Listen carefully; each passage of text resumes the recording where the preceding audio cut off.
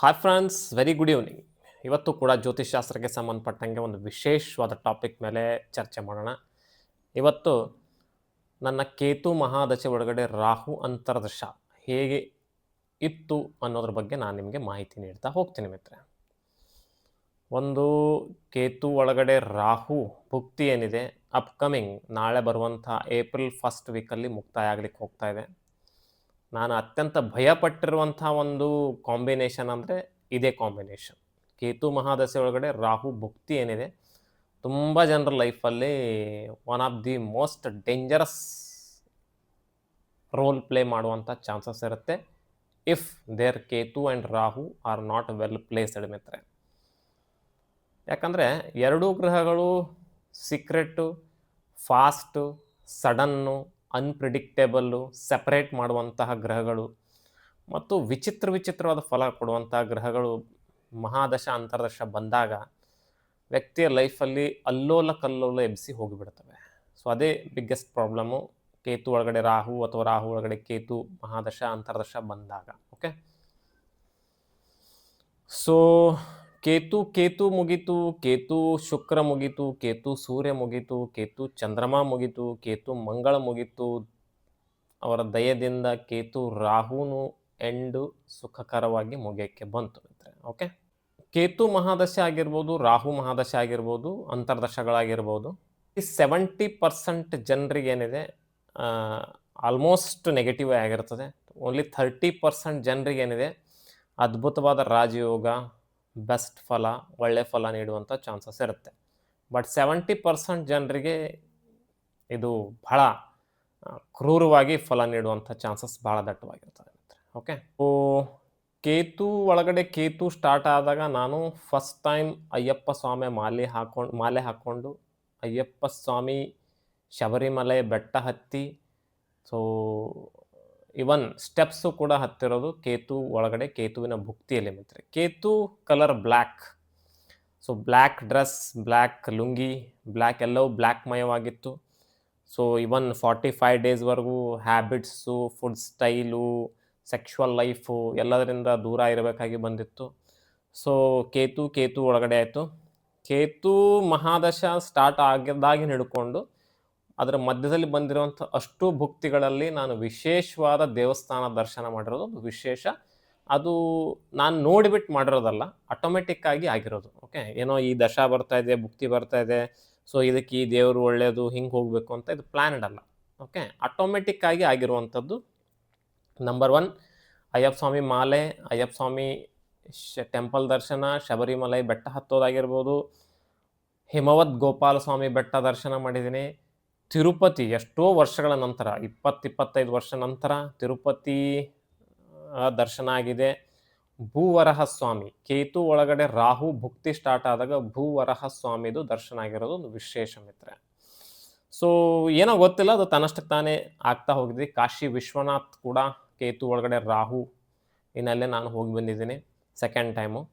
So again next ಬರ್ತಿರೋದು ಕೇತು ಗುರು ಒಳಗಡೆ maybe I may visit Mantralaya or Kedarnath ಅನ್ನುವಂಥ ನನ್ನ ಅಭಿಲಾಷೆ ಇದೆ. ಅದೇನು ಆಗುತ್ತೆ ನೋಡೋಣ. ಓಕೆ, ಸೊ ಕೇತು ರಾಹು ಹೆಂಗಿತ್ತು ಅನ್ನೋದ್ರ ಬಗ್ಗೆ ನಾನು ನಿಮಗೆ ಮಾಹಿತಿ ನೀಡ್ತಾ ಹೋಗ್ತೀನಿ. ಮತ್ತೆ ನೆಗೆಟಿವ್ ಏನೇನು ಆಗ್ಬೋದು ಅಂತ ನಾನು ಮೊದಲೇ ಆಲೋಚನೆ ಮಾಡಿದ್ದೇನು ಅಂದರೆ, ಒಂದು ಡೈಜೆಷನ್ ಇಶ್ಯೂ ಬರುವಂಥ ಚಾನ್ಸಸ್ಸು, ಒಂದು ಕಾಂಟ್ರವರ್ಷೀಸು, 3 ಅಫೇರ್ಸು, 4 ಚಿಲ್ಡ್ರನ್ ಹೆಲ್ತ್ ಸಮಸ್ಯೆ, 5 ಸಿಟ್ಟಿನಿಂದ ಆಗುವಂಥ ಅವಘಡಗಳು.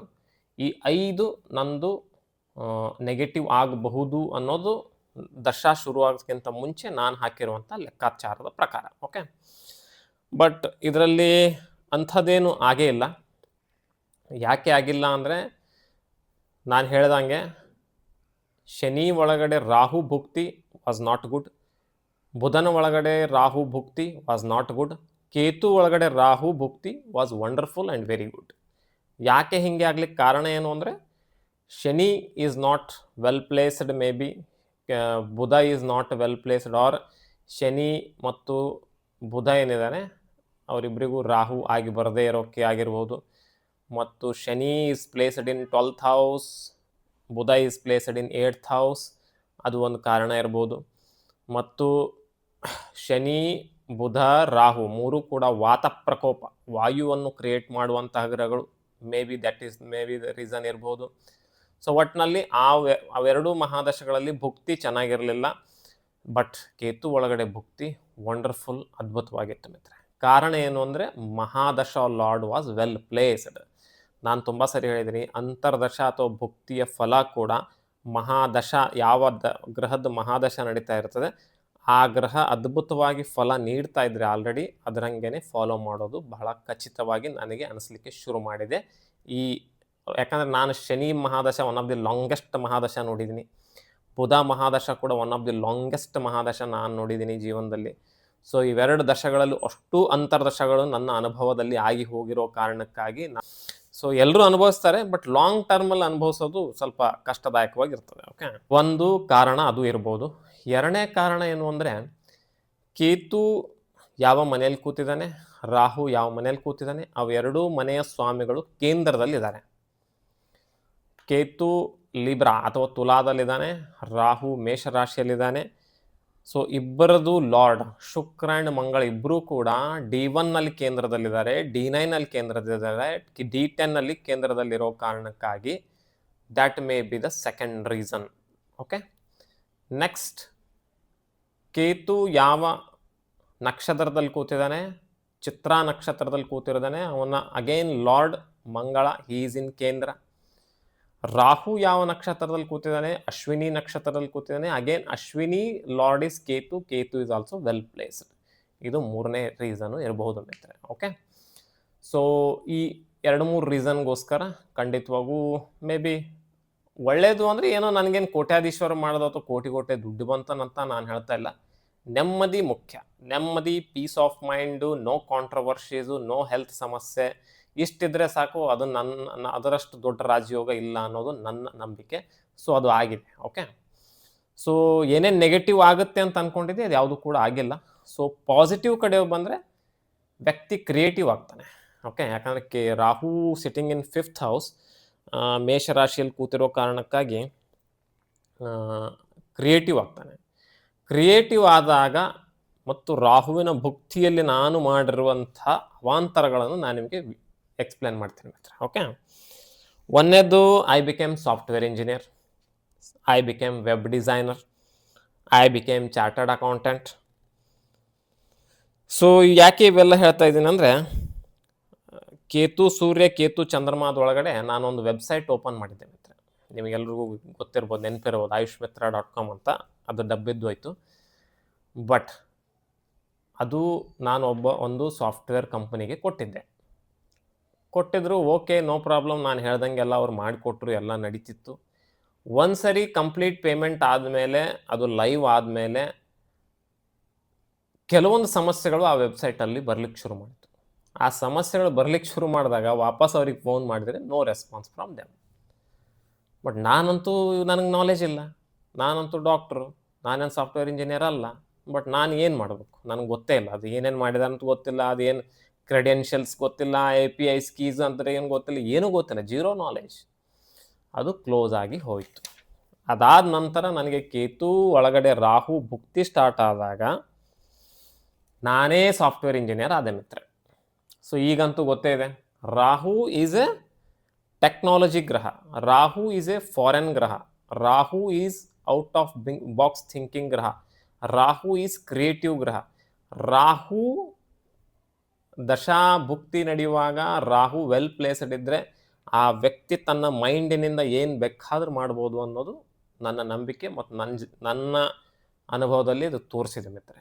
ಮೇಲಾಗಿ ನಂದು ಆ್ಯಸ್ ಪರ್ ನ್ಯೂಮರಾಲಜಿ, ನನಗೇನು ನ್ಯೂಮರಾಲಜಿಯಲ್ಲಿ ಅಷ್ಟು ನಾಲೆಜ್ ಇಲ್ಲ. ಮೂಲಾಂಕ 4 ಬರುತ್ತೆ. 4 again is A number of Rahu. Ketu ಒಳಗಡೆ ರಾಹು ಭುಕ್ತಿ ಕೊಟ್ಟಷ್ಟು ನನಗೆ ಯಾವುದೂ ಕೊಟ್ಟಿಲ್ಲ. ಮೇಲಾಗಿ ನನ್ನ ಜೀವನದಲ್ಲಿ ಏನೇನು ಹೊಸದಾಗಿ ಏನೇನು ಅದ್ಭುತವಾದದ್ದು ಮಾಡಿದ್ದೀನಿ ಎಲ್ಲವೂ ಕೂಡ ರಾಹು ಭುಕ್ತಿಯಲ್ಲಿ ಆಗಿದೆ. ಅದು ಶನಿ ರಾಹು ಒಳಗಡೆ ಆಗಿರ್ಬೋದು, ಬುಧನ ರಾಹು ಒಳಗಡೆ ಆಗಿರ್ಬೋದು. ಶನಿ ರಾಹು ಇದ್ದಾಗ ನನ್ನ ಏಜ್ ತುಂಬ ಚಿಕ್ಕದಿತ್ತು, ಅಷ್ಟೇನು ನಾನು ಇದು ಮಾಡಿಲ್ಲ. ಬುಧ ಒಳಗಡೆ ರಾಹು ಬಂದಾಗ ನನಗೆ ಡಿಗ್ರಿ ಆವಾಗಲೇ ಸಿಕ್ಕಿತ್ತು. 2014-15ರಲ್ಲಿ ಜಸ್ಟ್ ಅದರಲ್ಲೇ ಹೊಸದಾಗಿ ನಾನು ನನ್ನ ಕ್ಲಿನಿಕ್ ಅಥವಾ ಹಾಸ್ಪಿಟಲ್ ಓಪನಿಂಗ್ ಮಾಡಿದ್ದು ಅಲ್ಲೇನೆ. ರಾಹು ಭುಕ್ತಿ ಒಳಗಡೆ ನನಗೆ ಮ್ಯಾರೇಜ್ ಆಗಿದ್ದು, ರಾಹು ಭುಕ್ತಿ ಒಳಗಡೆನೇ ಫಸ್ಟ್ ಮಗು ಹುಟ್ಟಿದ್ದು. ರಾಹು ಭುಕ್ತಿ ಈಗ ಅಗೇನ್ ಕೇತು ಒಳಗಡೆ ರಾಹು ಬಂದಾಗ ನಾನು ಸಾಫ್ಟ್ವೇರ್ ಇಂಜಿನಿಯರ್ ಆದೆ. ನನ್ನ ವೆಬ್ಸೈಟ್ ನಾನೇ ಬಿಲ್ಡ್ ಮಾಡಿದೆ. ಅದಕ್ಕೆ ಏನೇನು ಬೇಕು ಎಲ್ಲವೂ ಕೂಡ ನಾನು ChatGPT ಆರ್ಟಿಫಿಷಿಯಲ್ ಇಂಟೆಲಿಜೆನ್ಸಿಂದ ಪಡೆದುಕೊಂಡು ನನ್ನ ವೆಬ್ಸೈಟನ್ನು ನಾನೇ ಕ್ರಿಯೇಟ್ ಮಾಡ್ಕೊಂಡಿದ್ದೀನಿ ಮಿತ್ರ, ಯಾರ ಸಹಾಯ ಇಲ್ಲದೇನೆ. ಇದು ಒಂದು. ಎರಡನೇದು ವೆಬ್ ಡಿಸೈನರ್.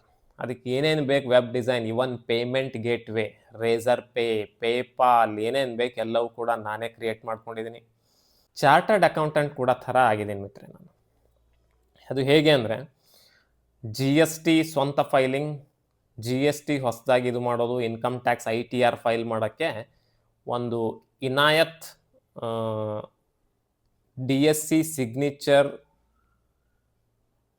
ಪೆನ್ ಡ್ರೈವ್ ಅಂತ ಸಿಗುತ್ತೆ. ಅದು ಸಿಗೋದು ಭಾರಿ ಕಷ್ಟ ಅದು. ಓಕೆ, ಅಂದರೆ ಕಷ್ಟ ಅಂದರೆ ಏನು, ಅದ್ರದ್ದು ಪ್ರೊಸೀಜರ್ಸ್ ತುಂಬ ಕಾಂಪ್ಲಿಕೇಟೆಡ್ ಇದ್ದಾವೆ. ಸಾಮಾನ್ಯ ಜನರಿಗೆ ಅದು ಗೊತ್ತಾಗಲ್ಲ, ಹೆಂಗೆ ತರಿಸ್ಕೋಬೇಕು ಹೆಂಗೆ ಅಂತ. ಅದನ್ನು ನಾನು ತರಿಸ್ಕೊಂಡಿದ್ದೀನಿ ನನ್ನ ಹೆಸರು ಮೇಲೆ. ಅದು ಆ್ಯಕ್ಚುಲಿ ಎಲ್ಲ ಚಾರ್ಟರ್ಡ್ ಅಕೌಂಟೆಂಟ್ ಹತ್ರ ಇರ್ತದೆ. ನೀವು ಹೋಗಿ ITR ಫೈಲ್ ಮಾಡೋಕ್ಕೆ, ಇಂಪೋರ್ಟ್ ಎಕ್ಸ್ಪೋರ್ಟ್ ಬಿಸ್ನೆಸ್ ಮಾಡೋರಿದ್ರಿ, ಹೊಸದಾಗಿ GST ಏನಾದರೂ ಅಪ್ಲಿಕೇಶನ್ ಹಾಕೋದಿದ್ರೆ ಅದು ಬೇಕೇ ಬೇಕು. ಅದು ನನ್ನ ಹೆಸರು ಮೇಲೆ ತೊಗೊಂಡು ನಾನೇ ಹಾಕ್ಕೊಂಡಿದ್ದೀನಿ. ಅದರಿಂದ ನಾನು ಟ್ರೇಡ್ ಮಾರ್ಕ್ ಕೂಡ ಅಪ್ಲೈ ಮಾಡ್ಬೋದು ಅದರ ಸಹಾಯದಿಂದ. ಸೊ ಅಷ್ಟೆಲ್ಲ ಕೂಡ ಅದೊಂದು ಪೆನ್ ಡ್ರೈವಿಂದ ಮಾಡ್ಬೋದು. DSC ಸಿಗ್ನೇಚರ್ ಪೆನ್ ಡ್ರೈವ್ ಅಂತಾರೆ ಅದಕ್ಕೆ. ಸೊ ಅದನ್ನು ತಗೊಂಡೆ, ಎಲ್ಲ ನಾನೇ ಮಾಡೋದು.